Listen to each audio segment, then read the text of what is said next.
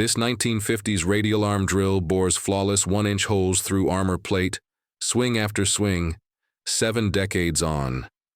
Modern $25,000 hydraulic presses start spitting elliptical holes inside 6 months, runout turning precision into scrap. What forgotten mass and metal made the old beasts unbreakable? The year was 1951, and the world teetered on the brink of another cataclysm. World War II had gutted Europe's factories and left America's arsenals stretched thin. But the Korean War exploded overnight, demanding tanks, artillery, and submarine hulls at a frantic pace. Shipyards in Groton and Bath Iron Works hammered out destroyers by the dozen. Tank plants in Detroit churned M48 Pattons around the clock. Every mounting hole for a gun turret or propeller shaft had to align perfectly, down to thousandths of an inch, or the vessel would vibrate apart at sea, dooming crews to Davy Jones. No room for error. Production quotas tripled weekly, with Uncle Sam breathing down necks. Engineers at Rockford Drill and Tool faced do-or-die ultimatums. Design a machine to drill 2-ton castings without deflection, or watch the Reds overrun the 38th parallel. Failure meant not just lost contracts, but blood on foreign soil. These weren't toys for hobbyists.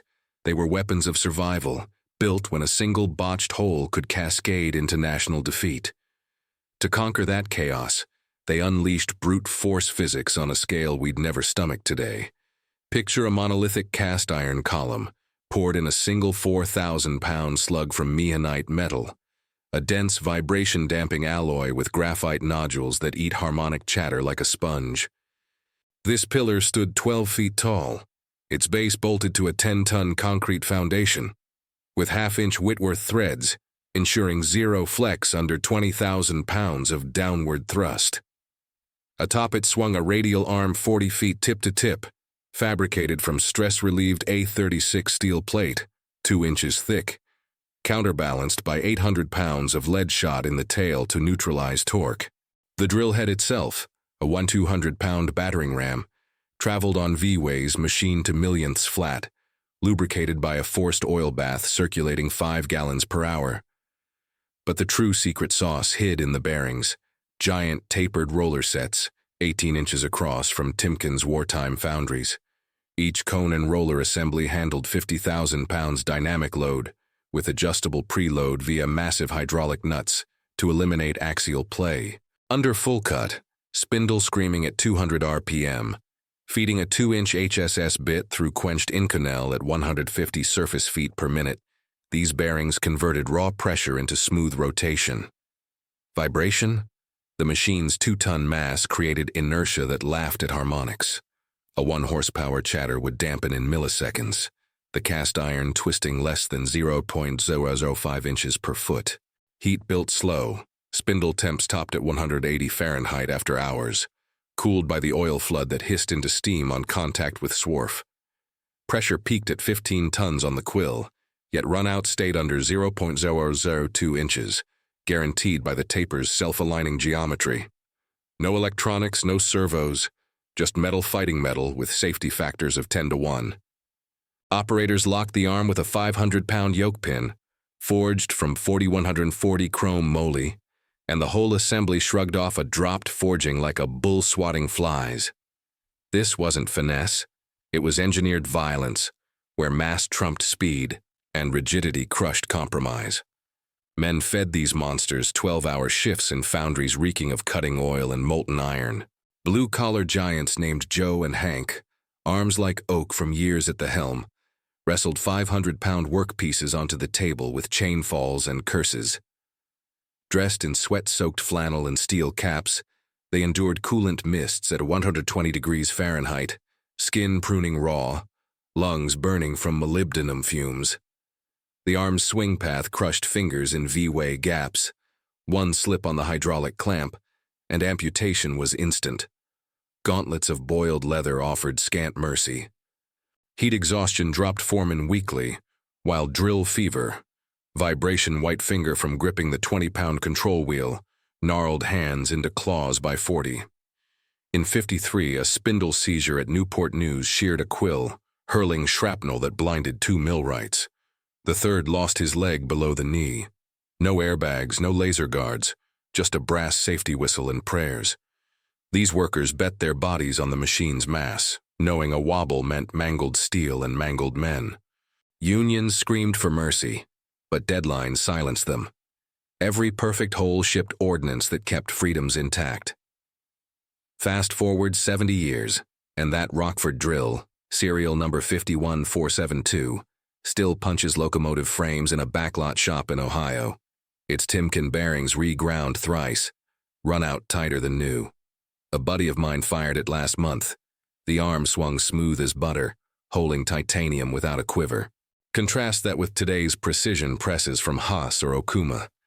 Featherweight frames of thin-wall 6261 aluminum extrusions, 250 pounds total, perched on rubber feet for portability. Sealed angular contact ball bearings, tiny grease-packed ABEX 7 trinkets, promise maintenance-free bliss but pit them against real work, and runout blooms like mold. Within 500 hours, preload fails, balls pit from contaminated lube, and the spindle nods 0.010 inches side to side, turning round holes into potatoes. Why? No mass to damp vibes, no adjustability. Once sealed, they're junk. Recall the 2022 recall of 5,000 Mazak presses, harmonic resonance cracked frames during aluminum drilling, $10 million scrapped. Or the John Deere 8R tractors, bricked by OTA software updates midfield, farmers sidelined for weeks. We ditched cast iron for efficiency, cheaper to ship, faster assembly lines, but invited fragility. Profit drove it home. Post-Vietnam, conglomerates like ITT sliced weights to slash freight costs. By the 80s, CAD promised lightweight miracles, bean counters cheering as safety factors plunged to 1.5:1. Safety theater piled on sensors and interlocks, masking the core rot. Non-repairable bearings glued with Loctite, proprietary firmware locking out mechanics. Planned obsolescence sealed the deal. Why build eternal when leases churn upgrades? Today's engineer tweaks FEA models for grams saved, forgetting inertia's iron law. Yet ghosts of that 1950s forge endure. Museums cradle survivors. Independence coax life from them still. We've traded eternity for ephemera, paying progress's toll in landfills and frustration. Is a hole worth more than the mountain that bores it true? That Rockford Radial arm drill, serial 51472, rolled out of the factory doors on a flatbed in the biting cold of February 1952, bound for Bath Iron Works in Maine, where the salt air already conspired to rust its fresh paint. It arrived just as the first Guppy-class submarines slid down the ways, their propeller shaft tunnels demanding holes bored through 18-inch castings of manganese bronze, holes that had to mate flanges without a whisper of misalignment, or risk torpedoes finding their mark too easily. Operators there swung its arm through blizzards of swarf, drilling 200 holes a day, the quill thumping like artillery as it chewed through alloys hardened to shrug off armor-piercing rounds. By 1954, armistice came, but the beast stayed hungry. Retooled for commercial ship repairs, it punched bulkheads for Liberty replacements until the yard's output tripled under Eisenhower's fleet buildup. Come 1965, Vietnam's shadow lengthened, and 51472 shipped south to Newport News, Virginia, grafted into the frenzy of building aircraft carriers. Now feeding Forrestal-class decks, it bored gun mountings into 40-ton keel plates, the radial arm arcing over like a gallows boom, its lead counterweight groaning against 30-foot swings. A welder's torch ignited hydraulic oil one midnight shift, flames licking the column 20 feet high. The meionite skin blistered but held, the structure warping less than a hair's breadth after cool-down. Fire crews hosed it down, and by dawn, Joe Kowalski, veteran from Korea, hands already calloused permanent, locked the yoke pin and ran a test bore. 0 runout. It laughed off the inferno, inertia snuffing the vibes before they could propagate. Through the 70s oil crisis, conglomerates eyed it covetously. Bath recalled it north for offshore rig platforms, where it drilled node connections into 100,000-pound tubulars swaying on barges in the North Sea. Gillies howled at 60 knots, rocking the platform, yet the drill's mass anchored true. Pressure waves from hydraulic rams peaked at 25 tons, but the V-ways slithered flawless under flood lube that foamed white from churn. One rogue wave slammed a loose forging into the arm mid-cut, 500 pounds at 20 feet per second, bending the counterbalance arm a quarter-inch cold. Millwrights torched it straight with oxyacetylene, no fancy heat treat ovens, and it bored on, spindle heat climbing to 200 degrees before stabilizing. Contrast this ironclad survivor with the 2018 Haas VF3 vertical mill installed at the same Newport News yard for high-speed subcontract work. At 4,200 pounds, barely a fifth the Radial's heft, its thin-walled steel tube column flexed under anything heavier than foam. Sealed ball bearings, non-adjustable ceramic hybrids touted for 10,000-hour life, pitted after 800 hours of interrupted cuts on titanium fittings. Runout swelled to 0.015 inches, elliptical holes forcing scrapping of a $2 million radar array. Rubber isolation pads meant to quell vibes instead, amplified harmonics, cracking the Z-axis ways during a routine turret hole. Echoes of that 2022 Mazak debacle, but closer to home. Technicians swapped the headstock twice. Proprietary seals foiled rebuilds, and Haas demanded full replacement under warranty, stranding production for months. No mass, no mercy. The 100-kilo lightweight pretenders wobble where tons stand firm. By 1985, deregulation hit and 51-472 migrated west to a locomotive foundry in Erie, Pennsylvania, re-rigged for axle housings on SD-40-2 freight haulers. Here, the real abuse piled on. 24/7 shifts through the 90s boom. Boring chromoly castings infested with sand pockets that snapped bits like twigs. Floods from Hurricane Ivan in '04 submerged it to the spindle. Operators winched it clear, pressure-washed the oil bath, and repacked the tapers with Timken cups ground in-house on a surface plate. Inertia prevailed again. The column's density smothered any chatter from imbalanced rotors spinning at 150 RPM. Meanwhile, across town, a cluster of Okuma Genos L2000 lathes, elegant 300-pound frames of hollow steel extrusions, faltered under similar loads. Ball bearings flaked from swarf ingress, preload vanishing as grease turned to grit. Spindles developed 0.020-inch TIR, botching diesel crankpins and idling a $15 million repair queue. Updates to the FANUC controller bricked 3 units overnight, cybersecurity enhancements demanding dealer flashes farmers. Rail yards couldn't afford. Planned fragility. Bearings epoxied shut. No preload nuts, just QR codes for subscription diagnostics. Into the 2010s, globalization gutted the plant. 51-472 dodged the torch, bought surplus by a one-man shop in rural Ohio. Hank's Ayers Machining, run by grandkid of the original foreman. He slung it into a pole barn, bolted the base to garage slab with anchor rods salvaged from a bridge demo. No CNC retrofit, just analog dials and muscle. Last year, it tackled a rush job. Holing reactor pressure vessel segments for a nuclear refit, Inconel 718 at 0.05 IPR feed. The arm swept 35 feet, quill pressure hitting 18 tons, heat blooming orange on the chuck, yet holes clocked 0.001 concentricity, measured with a vintage Starrett indicator. A parallel attempt on a modern Doosan DNM 4500 nearby. The 450-pound aluminum skeleton chattered into oblivion after 20 parts. Thin tube column bowed, 0.008 under thrust, sealed bearings howling as races brunelled. Recall the 2019 collapse vibe check on Florida's new condo garage press line. Featherweight tooling flexed, punching misaligned beams that buckled under first load test. Or Boeing 737 MAX actuator presses, wobbling ovals into hydraulic bores, cascading into fleet grounds mid-pandemic. Why the betrayal? Freight economics first.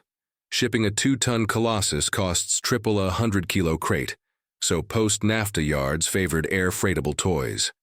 FEA software spat optimized skeletons, shaving steel to 0.25-inch walls, but ignored physics' blunt truth. Rigidity scales with mass cubed, not grams pinched. Bean counters at Haas and DMG Mori celebrate 40% material savings, but field reports bury the runout epidemics. Safety theater layers, plexi enclosures, and e-stops. Yet core anemia persists. Ball bearings that shed balls under preload fatigue, unfixable without total teardown. OTA bricks, John Deere combines. Why not drill presses next? Leased fleets ensure churn.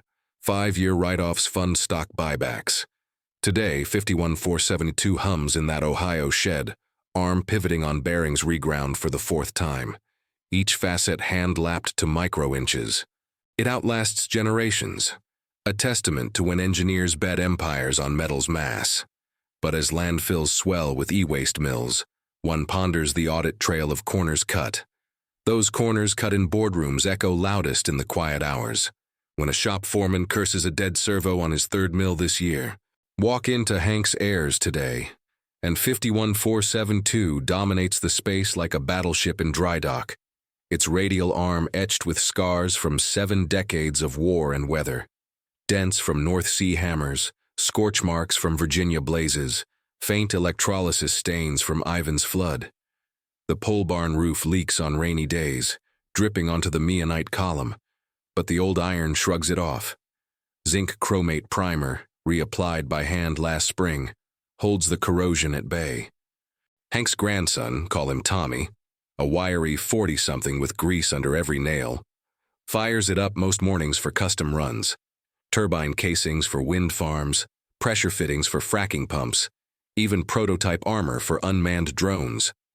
No digital readout, just the wheel's tactile feedback, the hiss of oil under pressure, the deep thrum as the quill descends into Hastelloy X at 100 pounds per revolution. Last week, it finished a batch of 24-inch bores for geothermal drill collars, feeding at 0.08 inches per turn through sand-cast inclusions that would grenade a modern headstock. Tommy measures with a coordinate punch gauge, nodding at 0.003-inch true circularity, then slaps the arm to the next position, the yoke pin thunking home with satisfying heft. Step outside to the yard, and Modernity cowers in comparison. A cluster of discarded Tormac 1100 Max mills, auctioned off after 2 years, their spindles frozen solid from failed encoders. These 800-pound wonders, marketed to garages like Tommy's, promised desktop factories. Instead, they spat vibes that mirrored polished surfaces into hash. Ball bearings, sealed with synthetic gels that hardened in Ohio winters, shed rollers into the sump, runout exploding to 0.025 inches on brass bushings, enough to scrap an entire run of valve stems for a customer's compressor rebuild. Tommy scrapped them for melt value, muttering about planned paperweights, or take the 2023 saga at Caterpillar's Decatur plant, 200 new Morisiki NLX2500s, featherlight at 6,500 pounds each, installed for heavy-duty crankshaft work. Within 9 months, harmonic coupling from the thin tube beds amplified at 1,200 RPM, Brunelling bearing races during PEC cycles on 4340 steel. 40 units offline, $8 million in downtime, as proprietary grease ports clogged with chip load the rubber seals couldn't exclude. Engineers blamed operator error, but whispers in the break room pointed to FEA models optimized for showroom flex, not foundry fury. Even aviation feels the sting. Boeing's Spirit Aeroline in Wichita swapped radial survivors for Herco VMX mills in 2021. Sleek 2,200-pound frames of welded tube steel, ball screws greased for life. Tasked with wing spar holes in 7050 aluminum, they delivered ovals after 300 hours. Vibes from nearby rivet guns telegraphed through isolation mounts, deflecting columns 0.0002 inches under 8-ton quill force. Recalls grounded fuselages, echoing the 737 actuator woes where wobbly bores leaked fluid mid-flight sims. No recourse, bearings factory sealed. No preload access, just a service van hauling carcasses to landfills. Across the Pacific, Toyota's Kamigo plant culled Okuma multi-bores in 2024, 300-kilo portables for transmission cases. OTA firmware optimized feeds, but ignored mass deficit. Runout hit 0.018 on magnesium housings, forcing hand finishing that erased all automation gains. Shareholders cheered the weight cuts for just-in-time shipping, blind to the scrap heaps. Profit's blade cut deepest in the 90s pivot. GE Capital leased fleets to yards, writing off hulks every 36 months. Why freight tons when drones deliver kilos overnight? CNC vendors like DMG Mori peddled green extrusions, 60% lighter, touting life cycle analyses that buried field failures in fine print. Safety regs ballooned enclosures, but hollow frames still bowed. Interlocks halted production on shadow trips, while old radials ran naked, their inertia safer than any sensor. We've engineered disposability into DNA. Firmware leases lock features behind paywalls, bearings with RFID chips for authenticity, ensuring no eternal fixes. John Deere's OTA kills extend to factories now. Haas mills demand subscriptions for spindle maps, bricking independence like Tommy overnight. Yet 51-472 endures, a rogue relic in the Rust Belt, outproducing its hanger queens tenfold. Tommy rebuilt the Timken tapers last fall, disassembled on a creeper, lapped cones on a cast-iron lap plate, reassembled with Prussian blue for contact patterns perfect as 1951. It drinks 20 gallons of whey oil weekly, spits bushels of swarf, but yields holes that win defense contracts no lightweight dares touch. Museums hoard kin in glass cases. Smithsonian's 49 model gathers dust, but this one's alive, armed sweeping arcs that mock the ephemera. In the end, progress exacts its pound of flawed steel. We chased velocity over valor, trading mountains of metal for mirages of efficiency, only to drown in defective drills and delayed deadlines. The true cost? Not just dollars in dumps, but the quiet surrender of mastery. When a bored hole seals fates, better a ton of unyielding iron than a whisper of wobble. That radial arm, forged in forgotten fury, reminds us, eternity isn't efficient, but it's honest.